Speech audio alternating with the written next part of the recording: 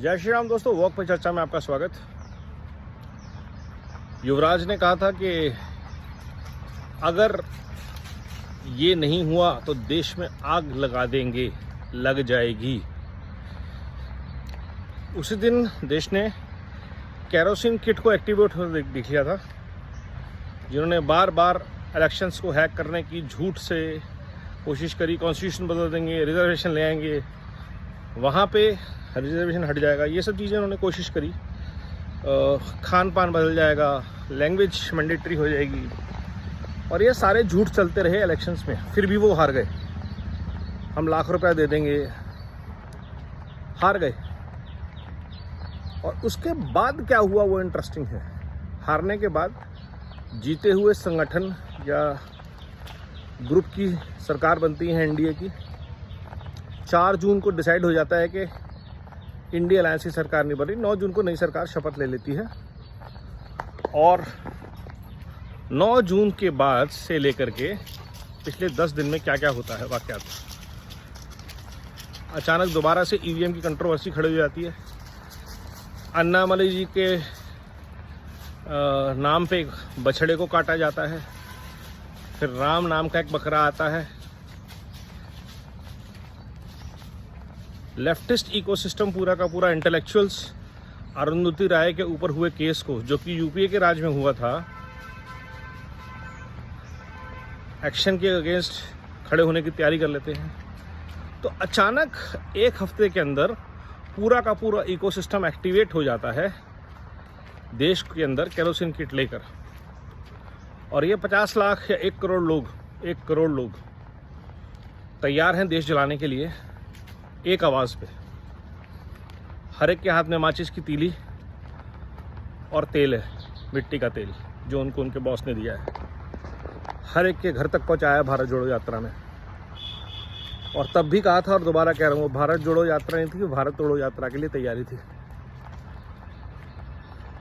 और अगर उनको देश सरकार चलाने को नहीं मिली तो ये जो डीप स्टेट लाल जिहाद वाला इकोसिस्टम है, इसके पास बहुत फुट सोल्जर्स हैं जो देश में अनार्की स्प्रेड कर सकते हैं। स्लीपर सेल्स हैं, इनको आप हल्के में नहीं ले सकते। जब बस्तर से लाल जिहाद ख़त्म होता है तो वो लाल जिहाद भारत के बाकी हिस्सों में पहुंच जाता है, चाहे वो एसएफआई हो, चाहे वो पीएफआई हो, चाहे वो ओवैसी हो, चाहे वो गांधी हो, चाहे वो पवार हो, चाहे वो ठाकरे हो, चाहे वो यादव हो, ममता हो। हम सब ने देखा है वो कैसा हेल अनलीश कर सकते हैं देश के ऊपर, और क्या प्रोबेबिलिटी रखते हैं। और डर हमेशा मुसलमानों को दिखाया गया, हिंदुओं को दिखाया गया, सिखों को दिखाया गया। 10 साल तक कोई संविधान नहीं बदला, 10 साल तक कोई रिजर्वेशन की पॉलिसी चेंज नहीं हुई। अब वो फिर से देश को, और कल हमने एग्जाम्पल देखा, ईवीएम के ऊपर एक झूठ आया। एक एलॉन मस्क ने कहीं पे कुछ ट्वीट किया यूएस के बारे में, इन्होंने उसका इंडियन वर्जन इंटरप्रेट करके पूरी देश में आग की तरह चर्चा दोबारा शुरू हो गई। ईवीएम हैक हुए थे जी, इसलिए ये सरकार दोबारा बन पाई।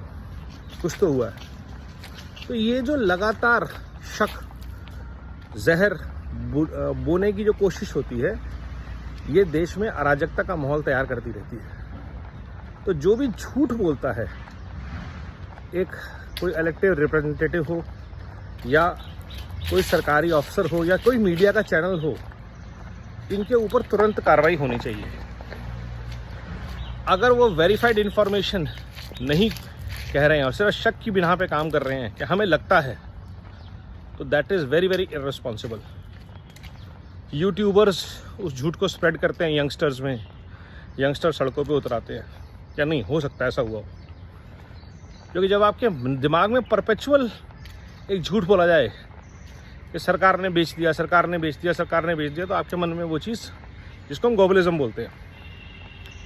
तो कहीं ना कहीं सरकार का फ़र्ज़ बनता है कि इस लाल जिहाद का जो इकोसिस्टम है, ये जर्नलिस्ट हैं, ये सोशल मीडिया इन्फ्लुएंसर्स हैं, और उनके आका हैं जो पॉलिटिशियंस हैं, इनके ऊपर सख्त कार्रवाई की जाए जब ये झूठ के ऊपर बात करें। क्या ये हो सकेगा? नहीं तो देश में परपेचुअल जो अराजकता का माहौल है कभी भी शांति से विकास के पथ के ऊपर देश को चलने देगा। पॉपुलेशन जिहाद के ऊपर मैं ऑलरेडी बात कर चुका हूँ कल भी, और वो उसका भी एक हिस्सा है। 1 करोड़ फ्रीलांसर स्लीपर सेल्स लाल जिहाद के लिए तैयार अगर आपको योद्धा मिलते हैं तो कहीं ना कहीं उसमें आपकी जनसंख्या विस्फोट का बहुत बड़ा हिस्सा है। इस पर तो चर्चा चलती रहेगी, बट आज जो पिछले हफ्ते में हुआ है वो चीज़ें कोई बहुत ज़्यादा दिल को सांत्वना देने वाली नहीं है। सोचिए, विचार कीजिए और तैयार रहिए ऐसे लोगों के खिलाफ। वंदे भारत, नमो भारत, जय हिंद।